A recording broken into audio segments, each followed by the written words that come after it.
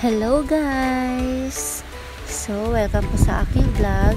For today's video, samahan niyo po ako na gumawa ng pizza nada. Last time po, nag-live po ako kung paano gumawa ng chicken asado. Pero ngayon, gagawa naman po tayo ng pizza nada. Pwede po ito na pang merienda lang o kaya pang business nyo po. Kagaya ko po, ito po ay ginagawa ko para sa aking business. Trinay lang po din namin ito and nagustuhan naman po ng mga aming customer.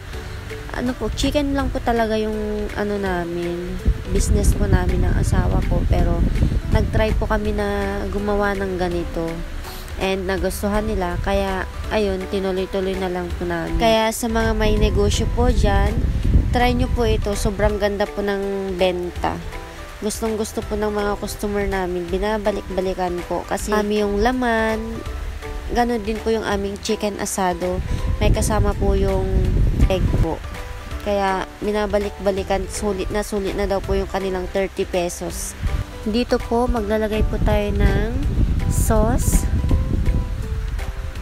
1 tablespoon po ang gamit ko po dyan, and itong ating ham, 2 tablespoon po yan. Kahit anong klase po ng ham, kung ano po yung gusto nyo po na lasa ng ham, yun po. Pwede po kahit ano po. And hotdog po na 5 pirasong slice.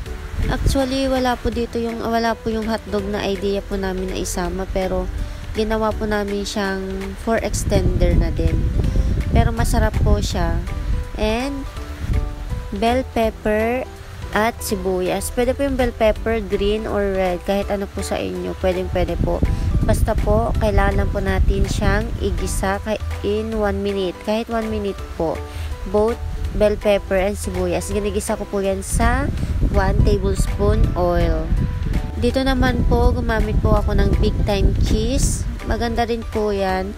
Pwede naman po yung gumamit po kayo ng melted cheese or non-melted cheese.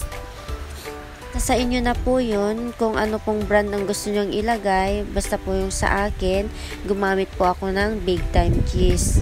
Kasi yun na po yung mura sa pinambilihan ko. Tinitinda ko naman po siya. Bumili na lang po tayo ng mas makakamura po tayo para more po yung kita natin. Dito po, kailangan po natin gumamit ng plastic na pang-cover po sa ating empanada para po pag nagdikit-dikit po sila, hindi po sila mabubutas. Ginamitan ko lang din po yan ng tinidor na aking pang-lock kasi po hindi pa ako marunong mag-lock. Usually yung nakikita po natin sa mga bread store, sa tingin ko okay naman siya. Kaya eto na lang talaga yung sinanay ko, tinidor na lang yung gamit ko. So, ayun po, tatapusin lang po natin tong paggawa ng empanada. And then kung gusto nyo po matuto, you can message me. Nasa bio po yung link ko. And sana po may natutunan po kayo. Sobrang ganda po niya pang business. Sa una medyo mahirap siya, pero goods naman. Dito po sa ating molder pala, kailangan po natin maglagay ng flour para po pag tinanggal natin yung ating dough, hindi po yan madidikit sa molder.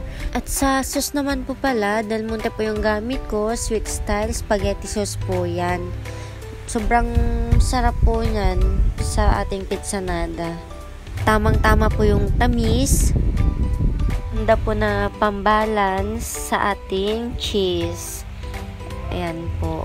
Pagkatapos po natin siyang gawin, ilagay na po natin siya sa freezer overnight. Pwede po hanggang sa 1 buwan po yan. Basta sa freezer lang po siya nakalagay.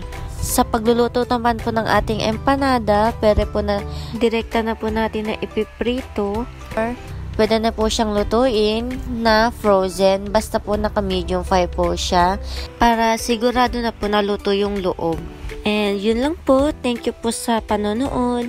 See you next time. Bye!